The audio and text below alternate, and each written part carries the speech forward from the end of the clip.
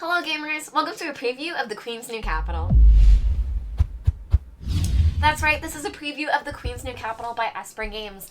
This is a project that is currently on Kickstarter. You can check out the link down below, and please keep in mind this was a sponsored preview. This is also a prototype edition, which means that all of the components I'm about to show you are subject to change. However, this will give you a great feel of the game and the mechanics, and you can then check out the campaign to see if this is right for you.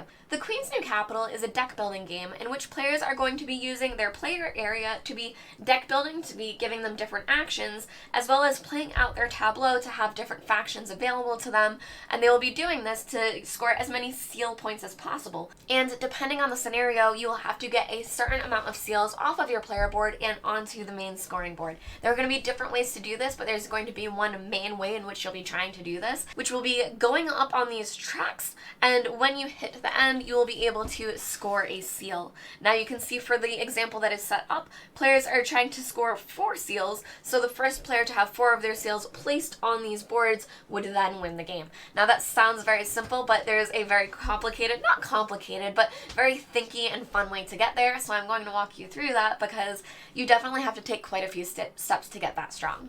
So, in the Queen's New Capital, similar to any deck building game, you start off with a set of cards that are your base hand. Now after that, you will be adding different asset cards to your hand that are going to be up here in this area. Now I only have 1 player set up in front of you. I attempted to have 2, but I think that it just seemed a little bit easier for you to have just 1 player to focus on that I can show you. But normally you would have everyone with their own player board area like this, and then you would have this main area in which everyone is going to be working off of. So on your turn, you will start with the cards that were available to you, which is kind of the beginning of your engine for the game. So you'll start with 10 cards that every player does, and you'll also have some things that are already out for you, such as a different location and leaders, but you'll use those first cards to then obtain more throughout the board. Now there's a lot of symbology and iconography throughout the game. This is done both through all of the actions and as well as the different tracks that you are trying to gain up. So there is a lot of iconography everywhere. However, I thought it was very intuitive and easy to get a hold of, and then you pretty much knew what was going on. They also have a great reference sheet here for you for all of the icons, so you can see there is quite a lot. There's a lot going on, which I think makes it a satisfying deck building game, and everything is very intuitive that I think it was not detrimental to the game. Now throughout a round, players will draw 6 cards and then play 4 of them, giving them basically 4 main actions through their cards throughout the game, and then throughout the round, and then there are different actions they can also take with their player board here. Now, when you are playing these different cards, you can see that I've already played an example around here. There are different ones that you will play both face up and face down. Players will take turns playing all of their cards, and then once all cards have been played, you will resolve the round. So there are different crises that you are trying to fight against. You can see that it's displayed up here, and there is a warfare crisis and a political crisis. Now they are cumulative, which means everyone is doing it together. However, there is a reward for doing it the best, so there is a reason and an incentive to be putting in as many points as possible when you're playing your cards. However, there are other cards that give you different types of actions that you'll also want to be playing to improve your deck. So, looking at these different crisis cards, I have some played here. When you do play these, you play them face down until the crisis is resolved, which means you don't know how much other people are contributing to the different types of crises, and they also don't know what you are contributing, and that is a different way that you can kind of try to have as many as possible and beat people out when you're adding up the different political crisis tokens. Now you can see that I've played these cards face down, so we'll flip them over just to show you what they are. But we have Mobilize Army, and we also have Intimidate. So these basically gave me icons of both types in an even way where I have 2 and 2. Now if another player had played at least one of these, we would resolve the warfare crisis, and for the political crisis we would also have to have at least 2 of these.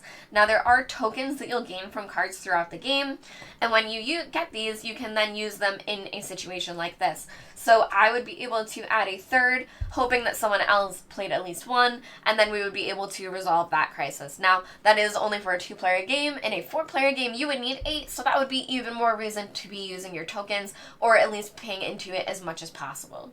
Now, some of these cards will also give you tokens that you gain. That's how these ended up there. So, for example, Elite Deploy will add to the current crisis, but it will also give you tokens for the next turn. And for this one, you would have to choose one or the other. So these are double-sided where you would have to choose, but some will add two of the same type, different things like that, especially as you get more advanced cards from the advanced deck.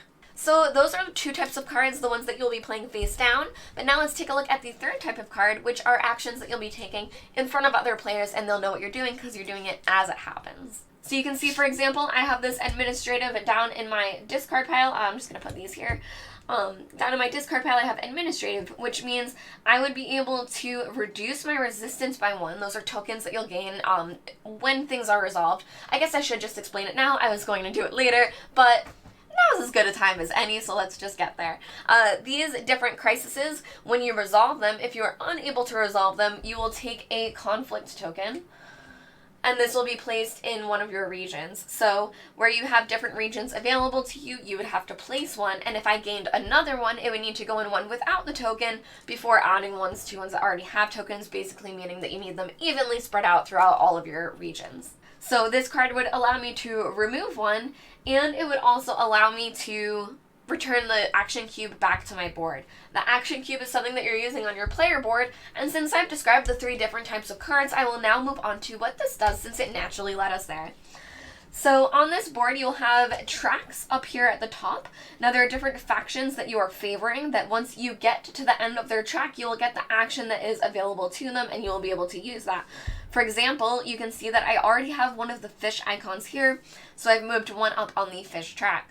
The further I move up on this track, I will eventually have this action available to me, which is to be able to take one of these advanced cards. Now there's also actions that you're able to take down here that you'll be able to take every turn right from the beginning, and there are 4 options for this. The first is Scout. Scout is going to allow you to mill through the different decks. You'll be able to discard the face-up available cards to draw new ones so that you have better options available. You'll be able to do that for 3 cards total. There's a resupply, which means you can draw 2 cards. You could do this in the beginning of the game, right at the start of your turn, something like that, where you're trying to draw for certain cards that you need. Or you could do it at the end just to see what you get for your last action. There's also faction action, which is the one that I described, where once you get to the end of a track, you're able to use these different actions. And then support action. Now that we've gone over the player board, let's go over the main board so that you can have a general idea of how to win and how players are interacting with each other and what you can notice from other players to try to mitigate what's happening. So on this main board, you can see that there are 4 tracks: Wealth, Morale, Influence, and Might. And there's a token for each player color. I am blue, and there's also red on the board. Now every round, first you will draw and play cards, then you will reveal the cards, resolve the crisis, but after that you will score and reset. Now when you're scoring, you will gain points for the icons that you have shown for the different tracks. So for example, I currently have 2 Morale showing, so I would be able to move my faction up like that. Now on my next turn, Tier 2 buildings will become available, which will have even more icons on them. If I was able to get another one of these icons available, in the next round when I score, I would go 1, 2, 3, hitting the 5th column. Now when you score hitting the 5th column, if someone is there, you will then take one of your seal tokens, and you will place it down into the player area, and then start this back at the beginning at 0. Now when you do this, you also get a little extra bonus. You get a extra action token, or you can recruit a leader. Now this is only if you do it for the Wealth and Morale board. If you do it for the Influence or the Might board, you will still get the extra action, but you will instead get to get an advanced card from this deck, which you will use from your hand to be playing cards. You will then use this cycle to hopefully gain more and then reset back to 0 while also trying to gain on the other tracks.